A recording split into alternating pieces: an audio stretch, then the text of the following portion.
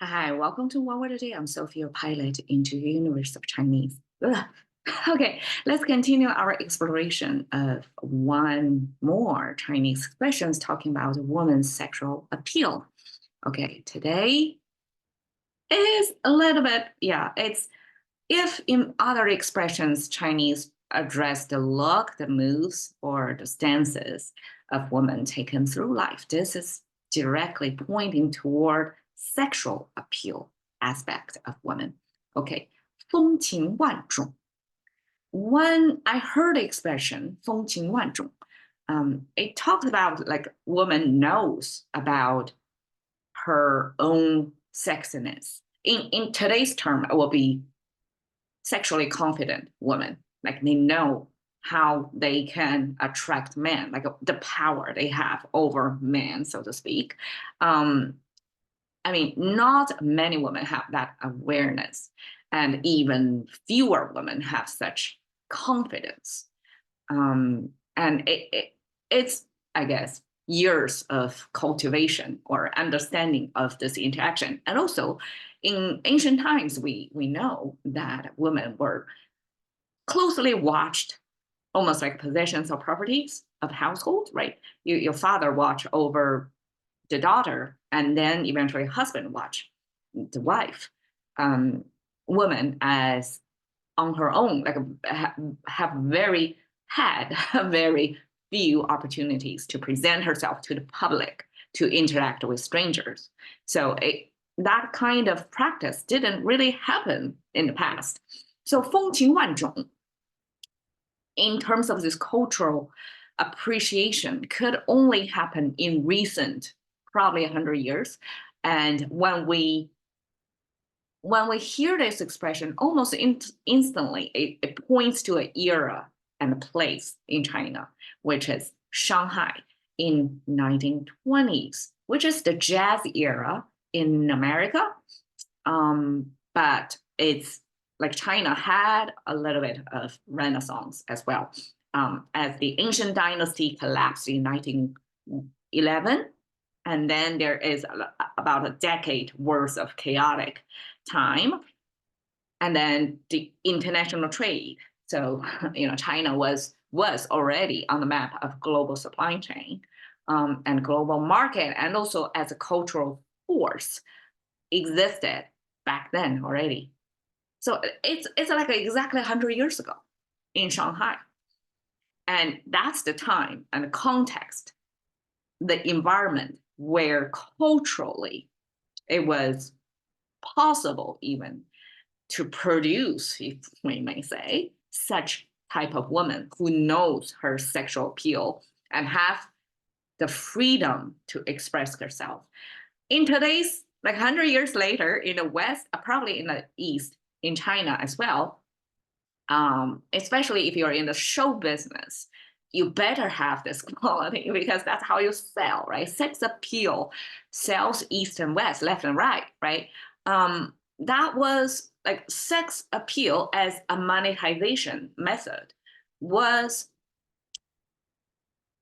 I'm not sure, culturally accepted, even promoted in today's era.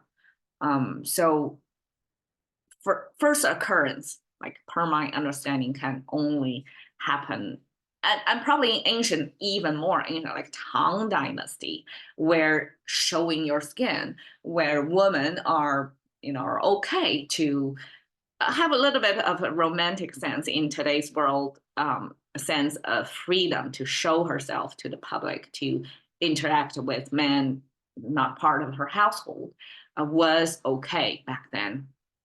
So there are only very short periods in history that such women can exist. Okay, well, we are living in that era. Let's appreciate. Okay, 风情, 风 I translate as a wind. Okay, I wouldn't know why wind have anything to do with sexual appeal until I check up on, because there are other Chinese expressions that kind of later give me the crumbs of clues of, well, why wind?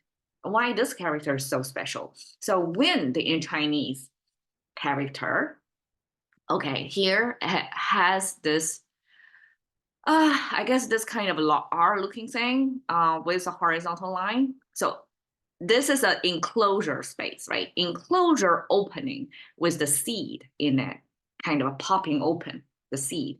And then at the bottom is this weird shape. I mean, I cannot even fairly predict, well, not bad, okay? This wiggly thing in Chinese actually means worm.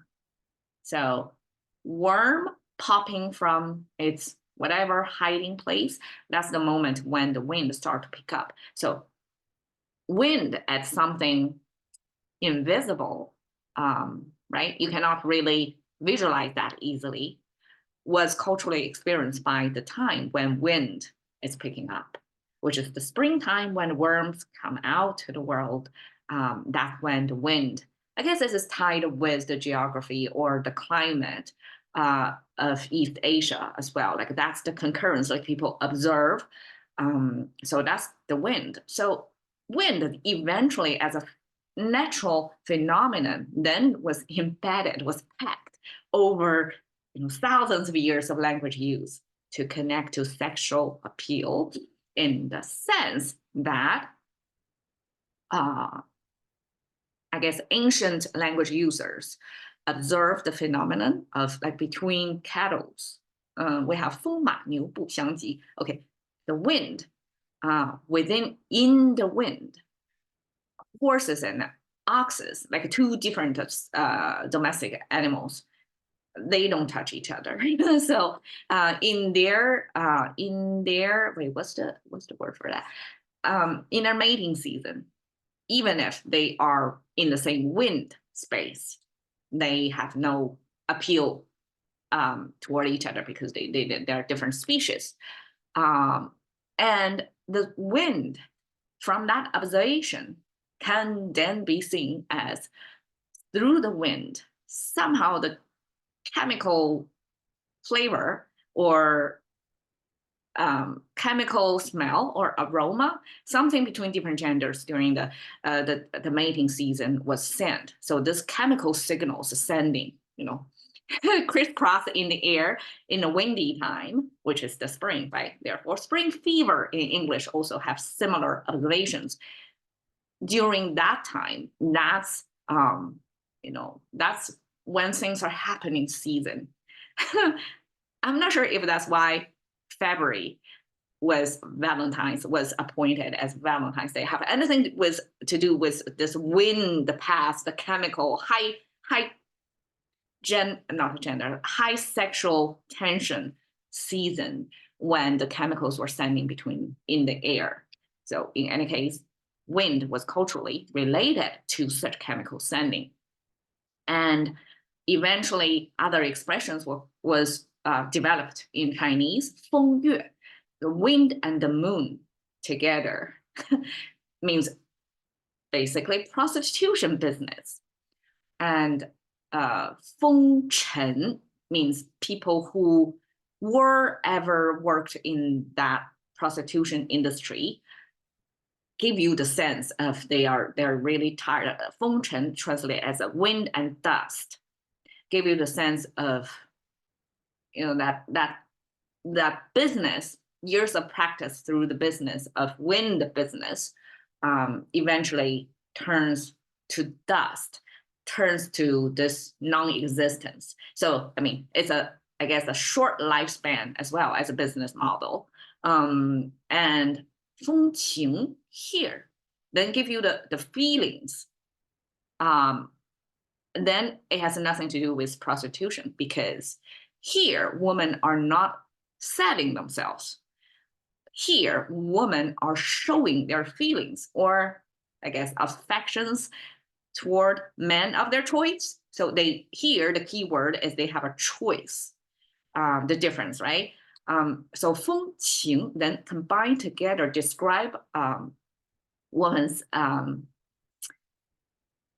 guess sexual expression, or showing the aspect of themselves that send out signals to men of their choice. They don't always show it, only targeting that. Okay, so 情 have this heart symbol on the left, which is a chamber, and then incoming tube, outgoing tube, and then the tube or the blood vessel supply, the heart organ itself. And when it's squished to the left side, it's kind of elongated. And the right side have the bottom part is a mining opening. So it's like an opening of the earth, kind of. You have to hold the structure over there. And then there is one horizontal line to mean there are some minerals in there. It's not just an empty space. And then the top is the life symbol, which is the soil symbol. From the soil, grow something, plant. So this is our life symbol. Life and mineral. Mineral eventually means pigments or color, because ancient color pigmentation, powder form, are mostly come from mineral. I guess from bugs as well, but there's a whole color history of how ancient society, before chemistry industry produced our infinite choices of colors, that what colors we can take from nature. So mineral is the main source of pigmentation, and this color of life together combined, paired with the heart symbol, means feelings. And can we make sense of that? For us, our internal feelings, our emotional landscape, is made of the heart organ represent this emotional attachment, right? And then this color of life.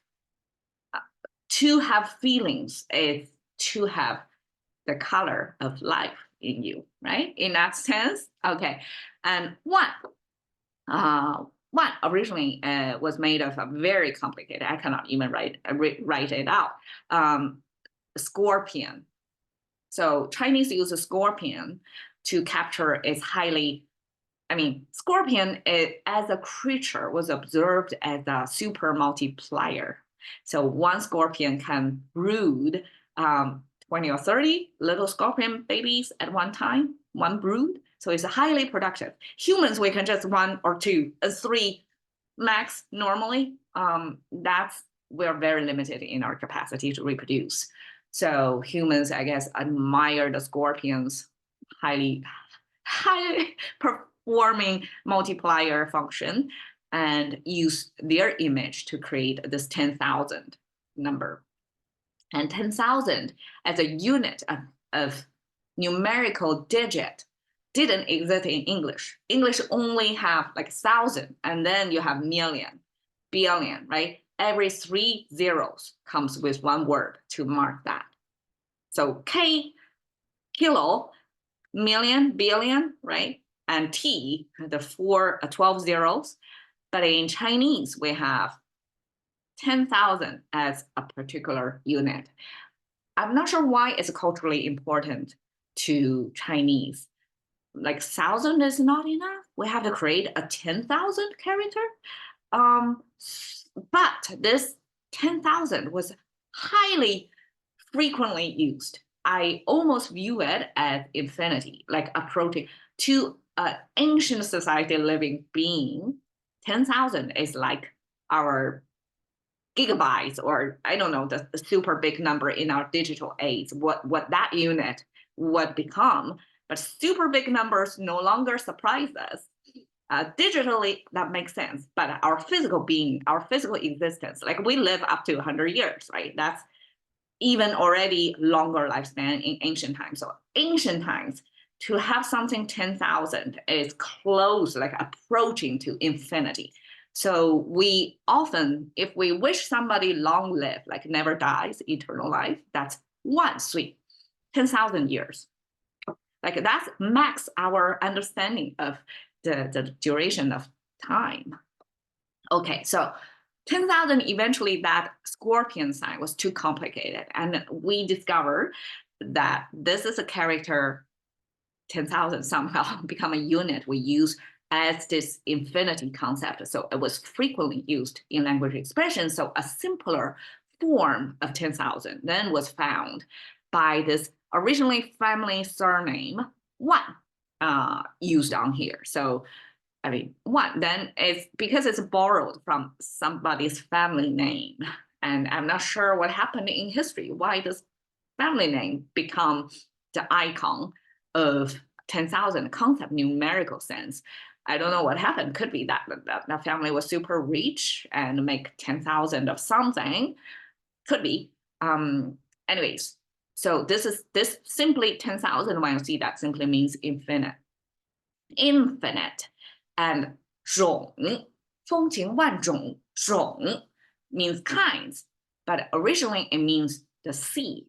Okay. It's complicated. Okay. The left side means crop. We have this is our tree symbol, just two half circles, right, facing up and down, connected with vertical line. This is a canopy, the root, and then connected by a trunk. That's our tree symbol. But if you add one slanted line on the top of that, that means it's crop, it's ripening. So the leaves or the branches are bending. That gives you the sign of it's ripening, it's ready to be harvested.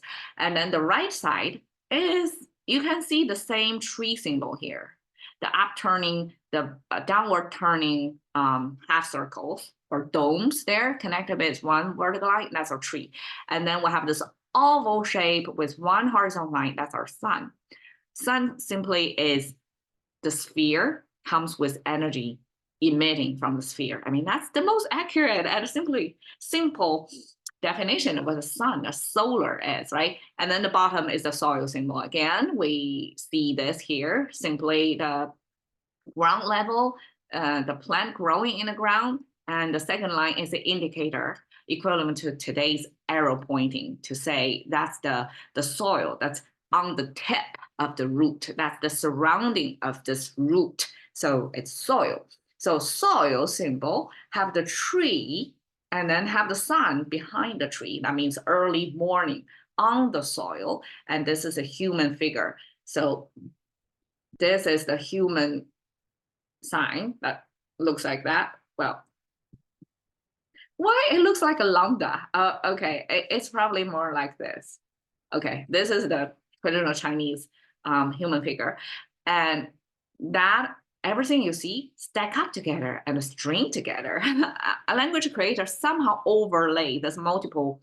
It's almost like a skewers of icons stringed up together and create an image of a person showing up on the soil at the dawn. The dawn because the sun just rises above the horizon, still behind the tree trunks. And early morning farming activity here. And this simply means farming, the whole picture, right? Early morning farming is, the right way to farm. And then crop. So from farming to the crop, the essential thing, like both of them are pointing toward the seed. Because this can happen, this farming, this crop can exist only because we have a seed and we have the person farming all year long to produce or to raise the seed to become the plant. So here, the seed was implied by the activity to take care of the seed and the result of the seed. So where it's almost like something, the seed, right? And then grow up to something like this, right? And then in the middle, there is this growing function that is human farming. So Chinese, in this character, complicated thing, we're talking about the end result. And the human keep working on it. We're talking about both two of these parts. And then pointing imply the seed. Because seed probably too small or comes in different shapes. It's hard to generalize. So we're using the related thing. So you can deduce the things that's not shown visually here is the things we're actually talking about.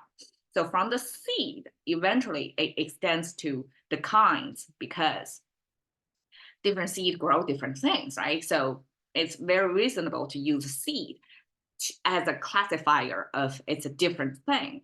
So this classification simply means different kinds. So 风情万种, this wind, this chemical passing, signal passing thing and then evoke feelings, infinite kind.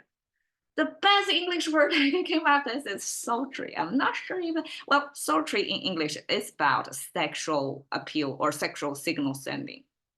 Sexual signal sending, okay, triple S.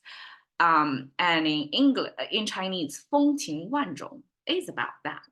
Is a woman knows her appeal and knows how to deploy that almost, how to present herself to the world, that man and woman as well notice that, receive the signal, strong signal sending. Okay, and so here I'm picking one actor that's presented herself as the leading actor in The Flowers of War.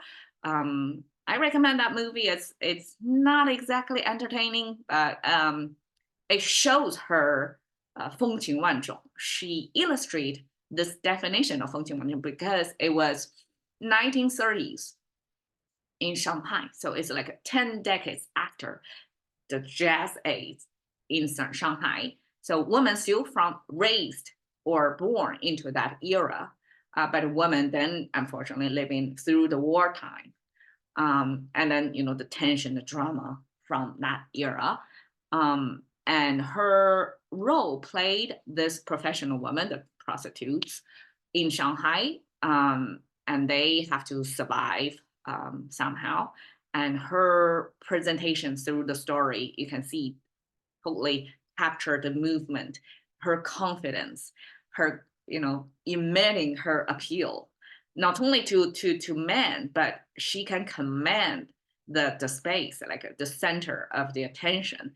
And yeah, I don't even know sultry can actually can be the equivalent of so much cultural expectation of 风情万种 on this little English character. It doesn't have a good connotation to it almost. Yeah, what do you think? Can you come up with a better English expression of 风情万种? All right. Thank you for watching. See you another day.